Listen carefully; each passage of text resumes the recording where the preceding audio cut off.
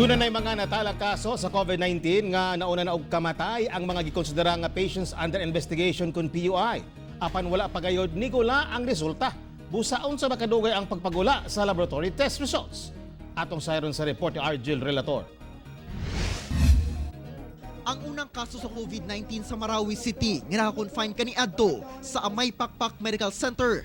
Nalubong na. Una pa nasuta nga positibo di ay kini sa COVID-19. Sanglit ulahin na nga ni gawas ang resulta. Ang Research Institute for Tropical Medicine o RITM lang ang giilang laboratorio sa World Health Organization nga mag-test og COVID-19 sa nasud.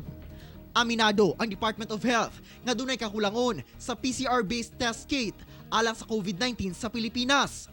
Ang matag test kit mo kantidad ngadto sa 8,500 pesos ang presyo nga mo eksamtangan ginagamit sa DOH. Gikan sa pagkuha og swab samples, ipadala kini sa RITM sa kauluhan.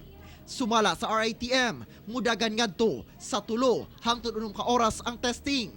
Wala pay labot dinhi ang pagdala sa specimen sa laboratorio, pag-prepare ni ini ug ang pag-verify sa resulta. Ana sa usa hangtod 2 ka adlaw ang turnaround time sa usa ka test. Ug posible pang malangan tungod sa kadaghan sa samples nga i-test.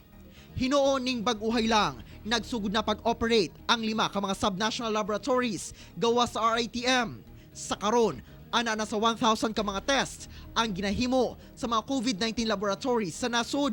Usan ini ang Southern Philippines Medical Center nga mo'y mahimong laboratory hub sa Mindanao. We are expecting reagent more to come kay ang reagent ang mga problema nato diya kay kung gamay reagent kamay lang pud ma-facilitate ng pasyente.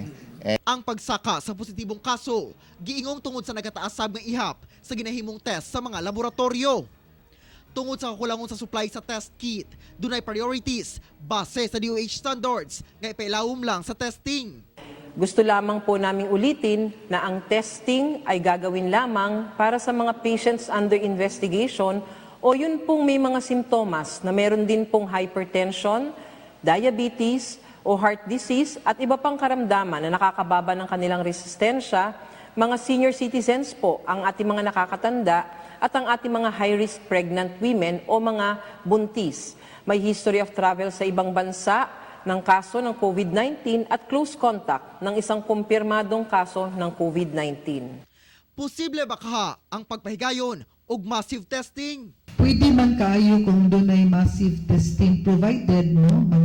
Naatay daghang resources, naatay daghang testing kits. So sa pagkakaroon, gagmay lang man ato ang nangabot nga mga testing kits. So dili gid nato kaya nga mag-test sa tanan, no? Sa mga isyong dunay mga politikong nakapatest, bisan asymptomatic o walay nabating simptomas. Nanawagan karon si Marawi City Mayor Majul Gandambra sa mga politiko nga dili na magpatest kung walay simptomas. Sanglit mas daghan ang nanginahanglan sa testing kits. Hindi lang inisip namin kami, kundi pati aming pamilya at pati ang aming mga constituents na lumalapit sa amin.